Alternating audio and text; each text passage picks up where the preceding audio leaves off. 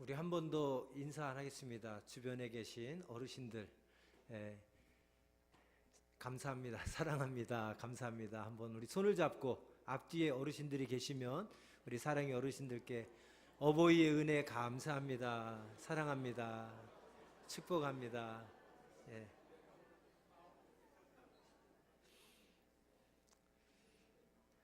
예. 올해가 우리 교회 63주년입니다. 63년이 있기까지 우리 어르신들의 정말 섬김과 헌신, 수고가 아니었으면 오늘 이 시간이 없었으리라고 생각합니다. 오늘 어버이주일을 맞아서 수고해 주신 모든 어르신들께 진심으로 감사를 드립니다. 특별히 더 감사하고 또 영광스러운 것은 어버이주일에 제가 사관 학생 때 저희 교장님이셨던 우리 김민재 사관님, 손현숙 사관님 또 함께 해주셔서 너무도 감사합니다. 늘 사관학교 교장님이셨음에도 학생들의 항상 모든 삶의 본이 되어주셔서 늘 우리 교장님의 그런 삶을 보면서 많은 도전을 받고 또 꿈을 그렸던 것 같습니다.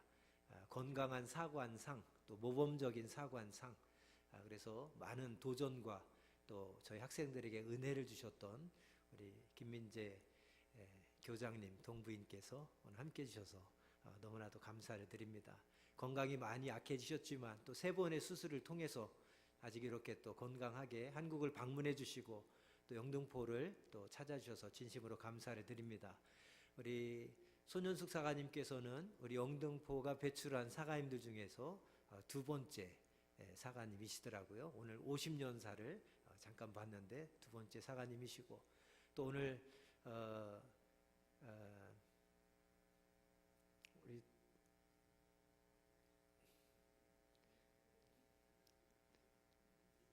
이부순 사관님, 갑자기 지금 이름이 생각이 안 나서 이부순 사관님 지난번에 우리 가정단에서 시설 방문을 갔었죠. 대전에 사역하고 계시는데 오늘 또 특별히 함께 해주셨습니다. 이제 머리가 하얗게 백발이 되셔서 이제 은퇴가 얼마 남지 않으셨는데요. 오늘 또 영등포 찾아주셔서 진심으로 감사를 드립니다. 우리 다시 한번 우리 김민재 사관님, 동부인 또 가족께 우리 또 이부순 사관님께 우리 함께 다시 한번 환영의 박수, 축복의 박수 해주시면 감사하겠습니다. 고맙습니다. 갑자기 설교를 하려고 하니까 옛날 사관 학생 때 교장님, 동부인 앉아서 지금 설교 평가하는 것 같은 그런 느낌을 확 받게 됩니다. 오래전 국회의원들이 재산을 공개할 때 한 연예인 출신의 그 국회의원이 연고가 없는 곳에 아들 명의로 대단위의 땅을 소유하고 있는 것으로 밝혀졌었습니다. 투기 목적으로 대단위의 땅을 구입한 것이 아니냐는 그 기자들의 질문에 그는 자신이 젊은 시절에 너무너무 가난하게 살았기 때문에 내 아들만큼은 좀 여유 있게 살았으면 좋겠다라는 생각을 가지고 그래서 아들 이름으로 사준 땅이라고 해명을 했습니다.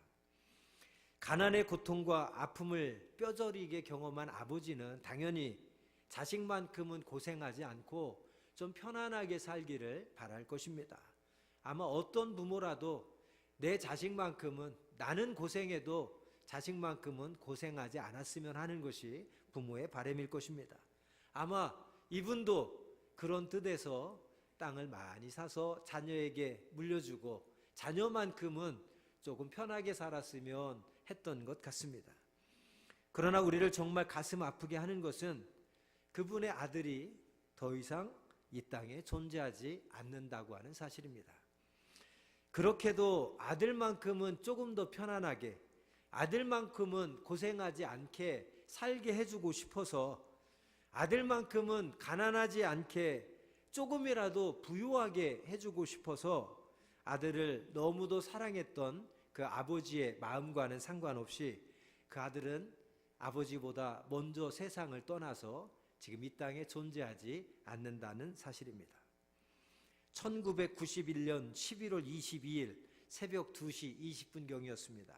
술에 만취한 상태로 경부고속도로에 진입했다가 교통사고를 당해서 현장에서 그 아들이 목숨을 잃고 말았습니다.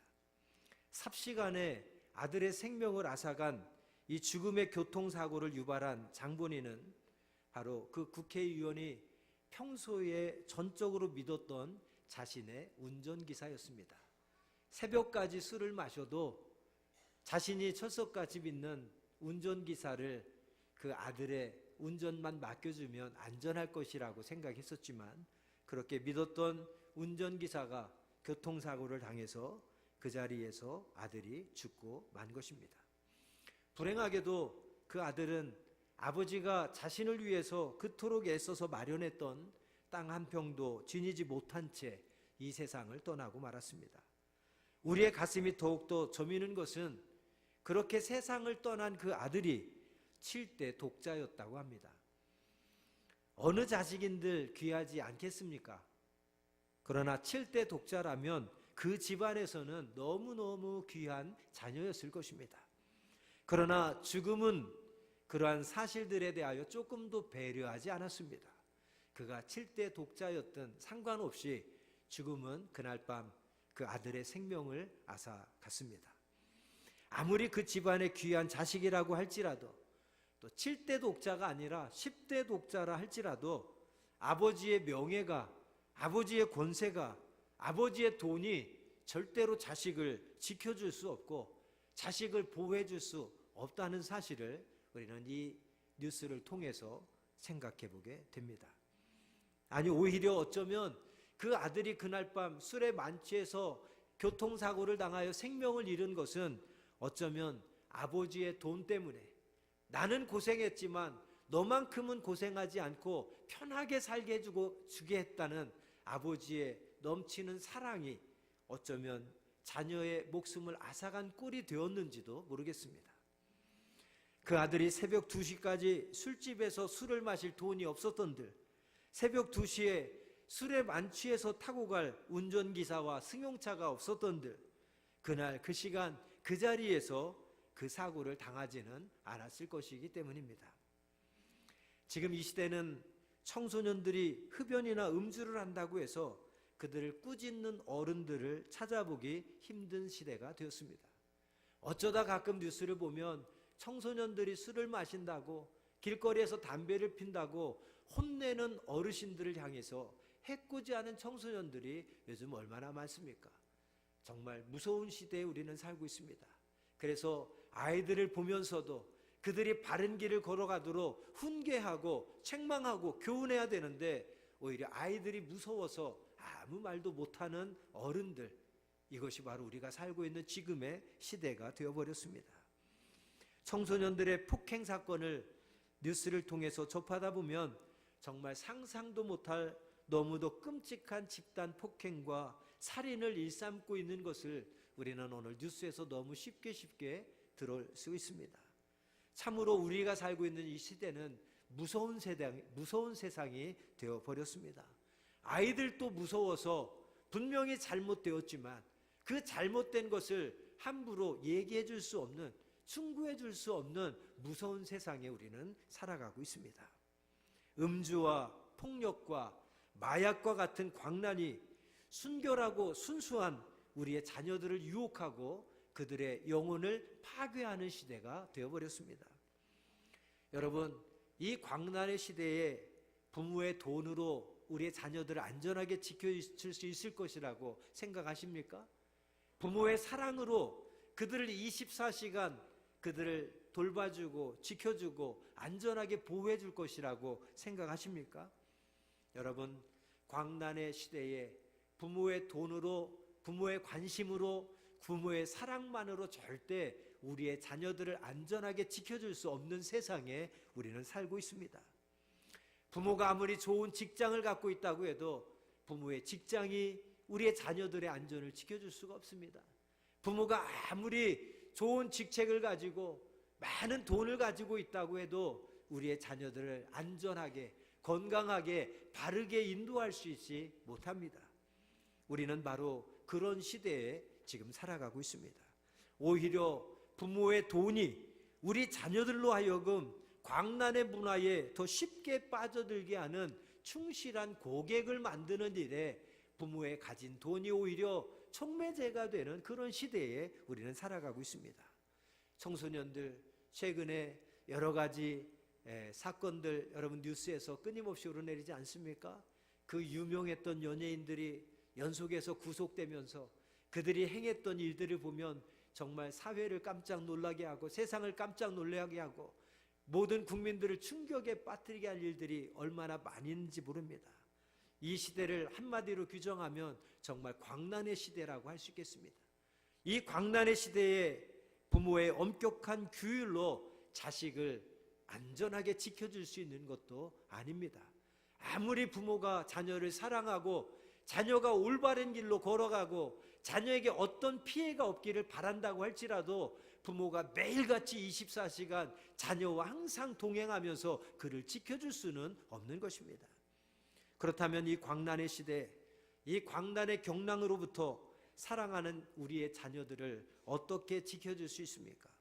사랑하는 자녀들을 어떻게 올바른 길로 인도할 수 있겠습니까? 오늘 본문 말씀에 그 답을 가르쳐주고 있습니다. 16절과 17절 말씀을 보면 날이 저물자 예수님의 제자들이 바다에 내려갔습니다. 그리고 배를 타고 바다를 건너서 가버나움이라는 곳으로 그들이 배를 타고 건너가고 있었습니다. 예수님은 아직 제자들에게 오시지 않은 상태였습니다. 18절 말씀해 보니까 갑자기 큰 바람이 불어서 파도가 일어났습니다. 예수님의 제자들이 타고 있던 배는 아주 자그마한 배였습니다. 그러자 큰 풍랑이 일자 배가 뒤집힐 듯 속수무책이었습니다.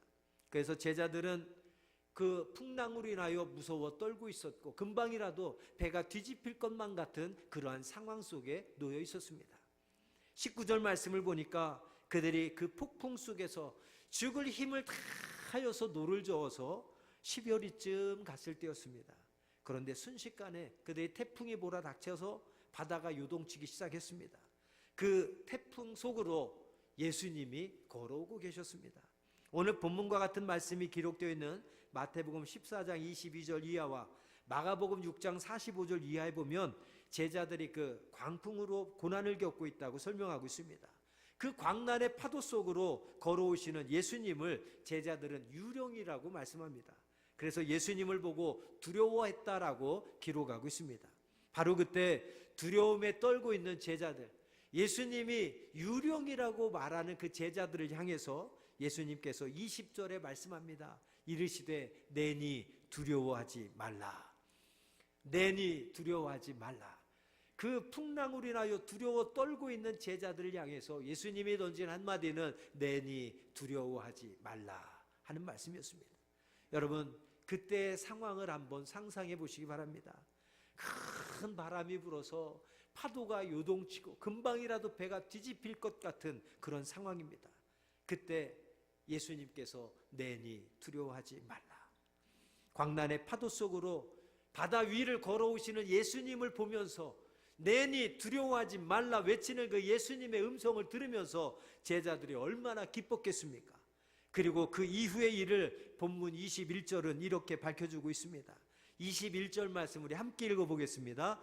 이에 기뻐서 배로 영접하니 배는 곧 그들이 가려던 땅에 이르렀더라. 아멘. 함께 따라하겠습니다. 이에 기뻐서 예수님을 배로 영접하니 배는 곧 그들이 가려던 땅에 이르렀더라. 할렐루야. 그날 밤 그 바다는 분명 광란의 바다였습니다.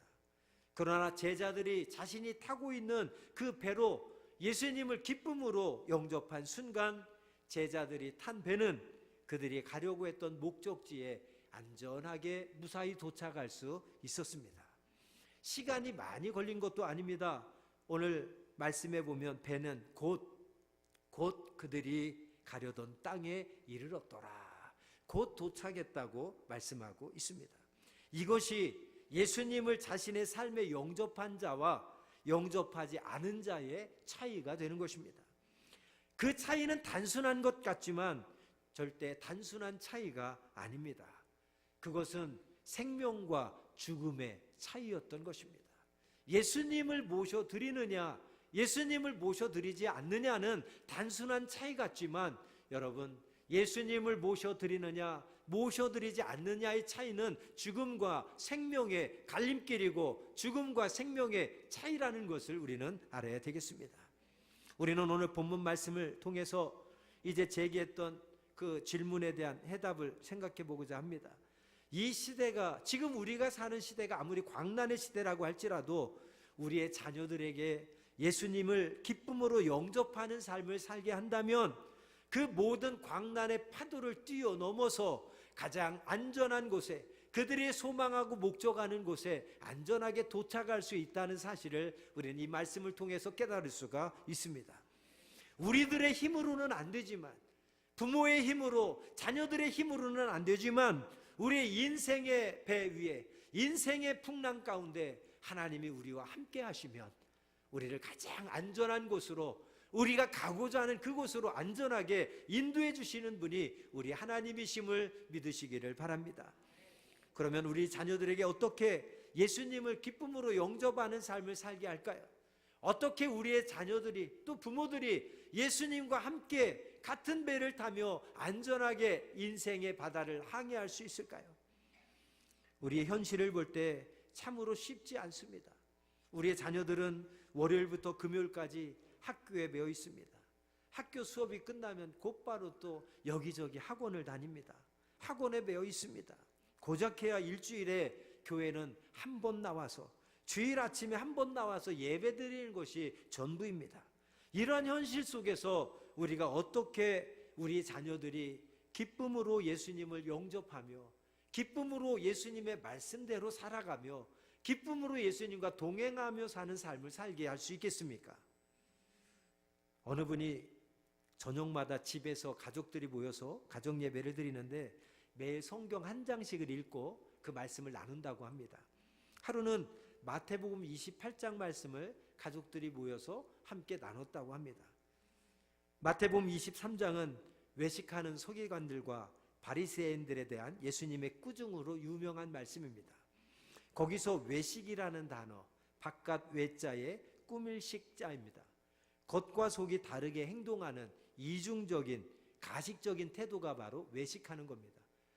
밖에서 밥 먹는 것이 외식이 아니라 겉과 속이 다른 이중적인 태도, 가증적인 태도가 외식입니다. 그래서 아버지가 자녀들에게 외식이란 단어의 뜻을 이해시켜 주려고 나름대로 최선을 다해서 외식이 무엇인지, 무슨 뜻인지를 설명해 줍니다.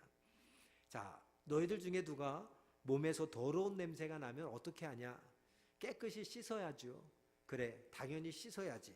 그런데 만약 몸에서 더러운 냄새가 나는데 몸을 씻지 않고 겉옷만 갈아입는다면 그 냄새가 어떻게 되겠니? 아이고, 옷만 갈아입은다고 그 냄새가 없어지나요? 옷도 새 옷으로 갈아입어야 되지만 몸도 깨끗이 씻어야 그 더러운 냄새가 사라지죠. 그래, 맞았다. 외식이란 바로 그거야. 옷만 새 입을 입는 것이 아니라 냄새나는 우리의 몸도, 냄새나는 우리의 마음도 깨끗이 씻어줘야만 우리가 냄새나지 않는 그러한 삶을 사는 거란다. 그래서 우리가 겉으로는 깨끗해도 속이 더러우면 그것이 바로 외식하는 거란다 라고 설명을 했습니다. 마음은 더럽고 마음은 냄새가 나는데 겉에 옷만 깨끗하고 냄새가 나지 않는 향기로운 옷을 입어도 바로 그것이 외식하는 삶이란다 했습니다.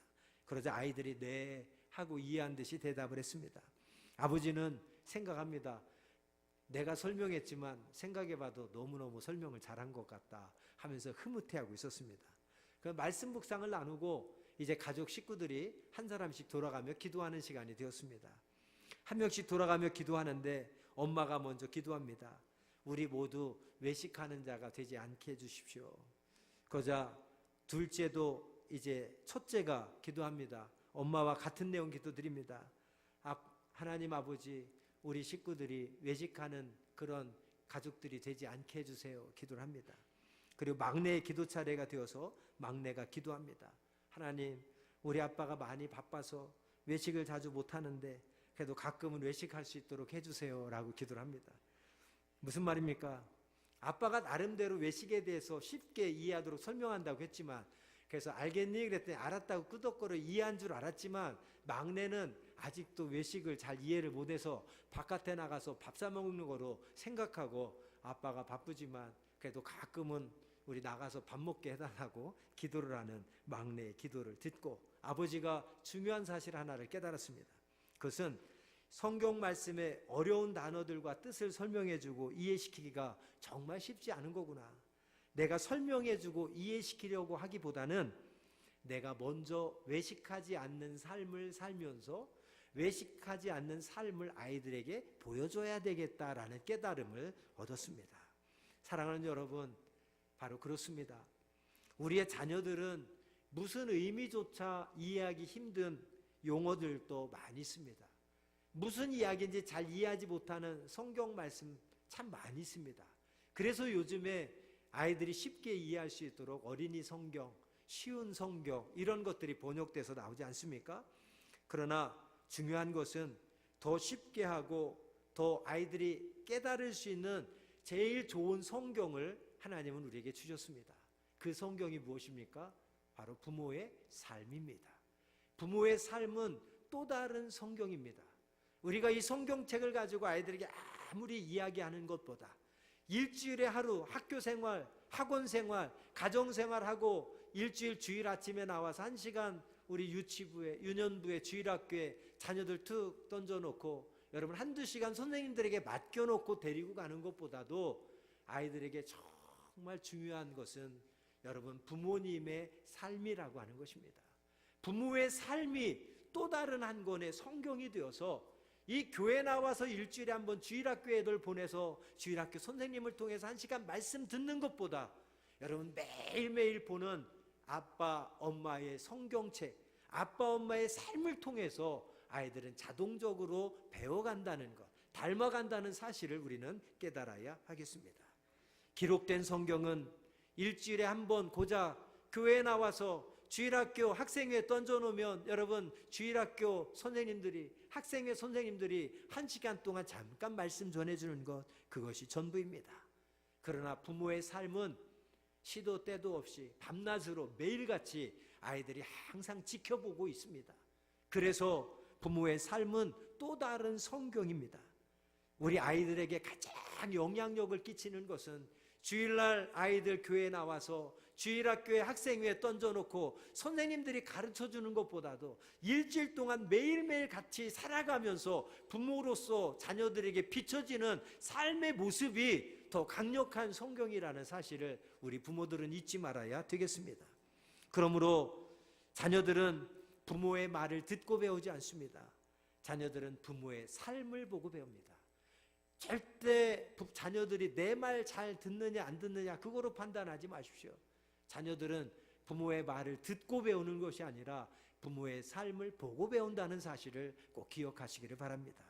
그러므로 우리의 자녀들로 하여금 예수 그리스도를 기쁨으로 영접하는 삶을 살게 하려면, 그들이 하나님의 말씀 따라 순종하는 삶을 살게 하려면 부모들이 자식들 앞에서 먼저 하나님을 믿는 자로서 부끄럽지 않게 자녀들에게 삶으로 먼저 본이 되어야 하는 것입니다. 성경에 기록된 하나님의 말씀을 부모의 삶으로 자녀들에게 보여줄 때 그것이 또 다른 성경이 되어서 자녀들은 일주일에 한 번 교회 나와서 1시간 선생님으로부터 듣는 말씀보다도 매일매일의 삶 속에서 자식들에게 보여지는 부모의 삶이 또 다른 성경, 또 한 권의 성경이 되어서 자녀에게 그대로 영향력을 끼친다는 사실을 오늘 어버이주일 이 아침을 통해서 우리 부모된 저와 여러분의 가슴에 새겼으면 좋겠습니다. 성경에 기록된 하나님의 말씀을 말씀대로 순종하며 살아가는 삶, 이것이 부모가 자녀에게 보여주는 가장 강력한 하나님의 말씀일 줄로 믿습니다. 해롤드 브롬필드라고 하는 박사님은 이렇게 말했습니다. 자식들의 부모와의 관계는 부모의 행동으로 영향을 미친다. 부모들은 자신들이 자라면서 혐오하였을 행동을 자기도 모르게 반복한다. 그리고 그것을 자녀는 배운다. 유타 대학의 사회학과 니콜라스 웰 핑거 교수는 연구팀의 연구 결과에서 이렇게 발표합니다. 1977년부터 1994년 사이에 18세에서 98세까지 성인 11,000여 명을 대상으로 이혼이 습관에 미치는 영향이라는 제목으로 연구를 하였습니다. 그리고 1998년 9월 11일자 건강과 사회적 행동 회보에 발표된 자료는 다음과 같습니다. 이혼한 부모의 자녀들은 그렇지 않은 자녀들보다 알코올 중독이나 기타 중독에 빠질 위험이 30%나 높았다라는 연구 결과 발표가 있습니다. 이혼한 부모, 그 자녀들은 그렇지 않은 자녀들보다 알코올 중독이나 여러 가지 중독에 빠지는 위험률이 30%나 더 높았다라고 하는 것이죠. 사랑하는 여러분, 오늘 어버이주일입니다. 아마 모든 부모님들은 자녀가 다 잘 되기를 바라실 겁니다. 자녀가 다 형통하기를 바라고, 자녀가 다 축복된 길로 가기를 바라고, 자녀들이 근심 걱정 없는 삶을 살기를 바랄 것입니다. 그러나 우리가 잊지 말아야 될 것은 우리의 사랑하는 자녀들을 가장 안전하고 축복된 길로 인도해 주실 분은 오직 하나님밖에 없음을 부모들이 잊지 말아야 되겠습니다. 부모들이 아무리 노심초사 자녀가 잘 되기를 위하여서 자녀를 위하여 모든 것을 다 쏟아붓는다고 할지라도 하나님께서 그 생명 단 하루라도 허락해 주시지 않으면 우리의 자녀들은 이 땅에 단 한순간도 살아갈 수 없는 연약한 존재임을 우리는 잊지 말아야 되겠습니다. 이 광난의 시대에 휩싸이지 않고 우리 자녀들이 안전하게 그들이 원하는 곳에 이르기 위해서는 오직 예수님을 영접하며 예수님과 동행하는 삶을 살아가는 방법밖에 없음을 우리 부모들은 어버이주를 맞아 기억해야 되겠습니다. 그리고 우리의 자녀들을 하나님께 맡기고, 내가 부모로서 해줄 수 있는 것은 한계가 있지만 불철주야 불꽃 같은 눈동자로 우리의 자녀들을 지켜주시고 그들의 평생을 지켜주시고 그들의 영혼까지 지켜주실 분은 오직 하나님 한 분밖에 없음을 오늘 어버이주일을 맞아 모든 어버이들이 하나님 앞에 인정하고 고백하는 시간이 되었으면 좋겠습니다. 그리고 우리의 자녀들을 하나님의 손에 온전히 위탁하기를 주님의 이름으로 부탁드립니다. 그와 같이 부모의 삶이 또한 말씀 안에서 정말 말씀에 온전히 순종하는 삶을 살아갈 때에 세상의 그 어떤 뛰어난 지식과 교훈과 학문과 철학보다도, 가르침보다도 부모의 가장 말씀대로 순종하는 온전한 삶이야말로 우리 자녀들이 복되게 하는 가장 유익한 가르침이 될 줄로 믿습니다. 자녀는 부모를 보고 따라 배웁니다. 부모는 내 자녀가 내 좋은 것만 보고 따라하길 원하지만 자녀들은 절대 부모의 좋은 것만 보고 배우지 않습니다. 자녀의 모든 것을 보고 자녀의 모든 것을 따라 배우게 되는 것입니다. 그러므로 우리는 어떤 상황에서도 불의와 타협하지 않고 어떤 상황에서도 정말 하나님의 말씀에 온전히 순종하며 부모의 삶이나 자녀의 모든 삶을 주관하시는 하나님 앞에 우리의 일생을 온전히 맡기고 하나님의 말씀 안에서, 믿음 안에서 승리의 삶을 살아가는 모든 가정들이 되시기를 주님의 이름으로 축원합니다. 한 가지 더 부탁드리는 건 세상적인 방법으로가 아니라, 세상의 부모들이 하는 방법으로가 아니라 오직 우리의 일생을 주관하시며 오직 우리의 일생이 하나님의 손안에 있음을 고백하며 부모의 일생도 자녀의 일생도 온전히 하나님 앞에 내어 맡겨드리고 하나님의 선하심 가운데 부모와 자녀의 일생을 이끌어가도록 늘 기도에 힘쓰는 여러분의 가정이 되시기를 주님의 이름으로 축원드립니다. 기도하겠습니다. 사랑이 많으신 하나님 아버지, 오늘 어버이 주일을 맞아 자녀들 앞에서 부모인 우리의 삶을 다시 한번 돌아보게 하여 주시옵소서. 주님께서 우리를 믿으시고 사랑하는 자녀들을 맡겨주셨건만 바른 삶의 본을 자녀들에게 보여주지 못했음을 이 시간 용서하여 주시옵소서. 우리가 자녀들에게 정직할 것을 요구하고 성실할 것을 요구하지만 정작 부모로서 나 자신이 정직하지도 못했고 성실하지도 못했음을 이 시간 용서하여 주시옵소서. 오늘 어버이주일 맞아 다시 한번 내가 부모로서 자녀들에게 보여지는 내 모든 삶이 성경이 되길 원합니다. 온전히 하나님의 말씀에 순종하며 말씀대로 살아가는 부모들이 되게 하여 주옵소서. 하나님을 내 인생의 주인으로 모시고 오직 말씀 따라 순종하는 부모들이 되게 하여 주옵소서. 그리할 때 우리의 자녀들이 내 모든 삶을 보고 배우게 될 줄로 믿습니다. 모든 면에서 우리의 자녀들이 본이 되게 하여 주옵소서. 그리고 본이 되는 삶을 우리의 자녀들도 배우게 하셔서 저들이 평생 하나님을 떠나지 아니하고 말씀 안에 승리의 삶을 살아갈 수 있도록 주님 축복하여 주시옵소서. 우리의 자녀들이 무엇보다 예수님을 기쁨으로 영접하게 살아가게 하여 주시옵소서. 인생의 생사화복을 주장하시며 흥망성쇠를 주장하시는 하나님을 온전히 우리의 자녀들의 삶에 영접하게 하여 주셔서 이 광난의 시대, 광난의 파도들을 우리의 자녀들이 믿음으로 뛰어넘게 하시고 우리의 자녀들이 이르러야 할 곳에 안전하게 평안하게 이르를 수 있도록 불꽃 같은 눈동자로 우리의 자녀를 지켜 주시옵소서. 보호하여 주시옵소서. 인도하여 주시옵소서.